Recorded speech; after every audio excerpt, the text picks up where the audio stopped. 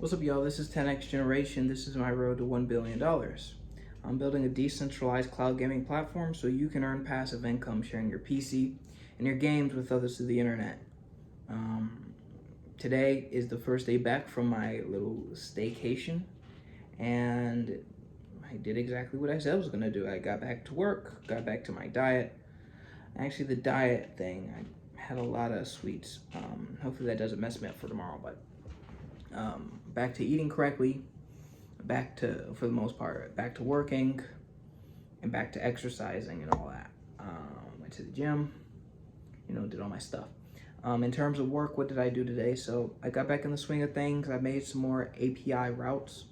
So I mainly, honestly, I think I only did about 2 hours of work today.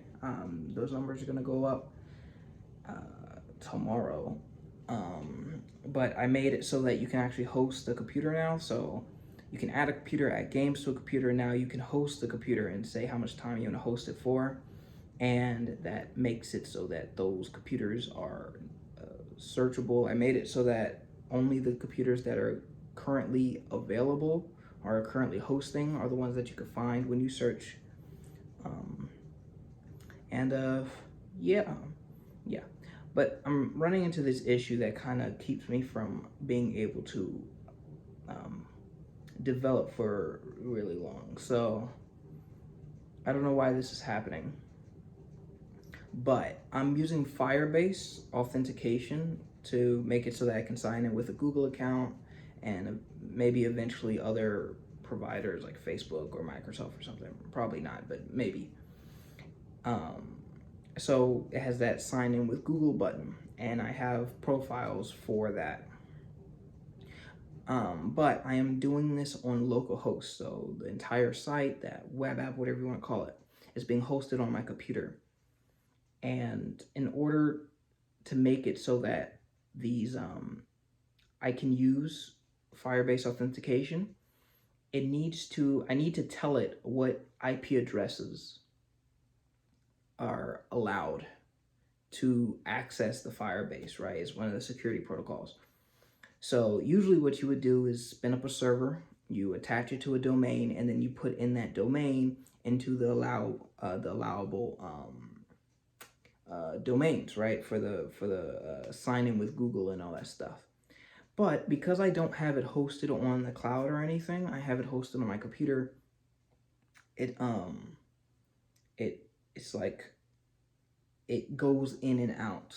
Like sometimes I'm not explaining it properly, or I don't think I am.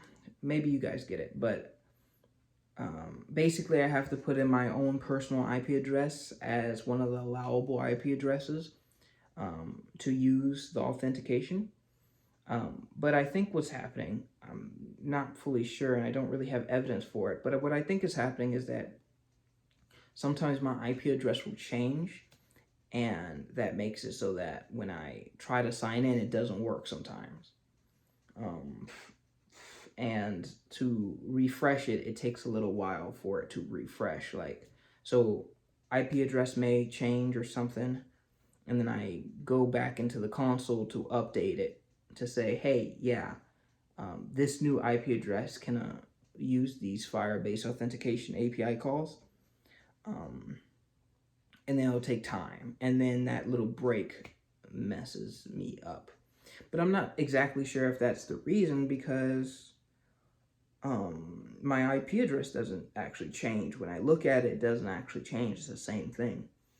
So maybe it's like, I know my IP address is layered. I think it's called an ISP, or no, that's internet service provider. But I know there's like layers to IP addresses. There's like multiple layers.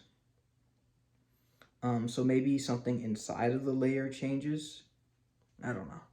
I don't know why it goes in and out like that. I'm gonna have to look at that issue a bit more. So that's one thing. Tomorrow, in addition to that, tomorrow I want to look at how to do the connection part, or the actually exchanging of keys. And actually, I'm not gonna do that yet. Excuse me. I'm going to do notifications. So let's say you have a computer, you host it up. Once that time reaches 0, so you could say I want to host my computer for 2 hours. After those 2 hours are up, I want a way to notify the user that, hey, your computer is no longer hosting. Would you like to rehost it, or blah, blah, blah, blah, blah. And I want to do this in 2 ways, or not in 2 ways, but I want to implement this 2 different ways, I guess. Yeah, I said it correctly. The first way is through emails. So, you get an email that says, hey, your computer is no longer hosting. Would you like to host it again? There's that. And then the second thing I want to do is make it so that the website itself has like a little bell, and then it gives you a ding once a computer is done. I don't really know how to do this. I know it has something to do with server side something, because how are you going to do it on the local? Yeah, but that's what I want to do tomorrow. Figure out how to send those automated kind of emails. Those automated emails and the little bell that said, ding, your computer hosting time is up. And that's going to very smoothly progress me into trying to connect to people. So, the person's like, hey, I want to use this computer. The owner of the computer gets a notification saying, hey, they want to use this computer. And then you go back and forth a little bit, and then the keys are exchanged, and then boom, you're connected. So in all actuality, we're very close to the end, but that's really it. So yeah, that's kind of exciting. But anyway, thank you all so much for watching. This is 10X Generation, and this is my road to $1 billion. I'll see you guys tomorrow.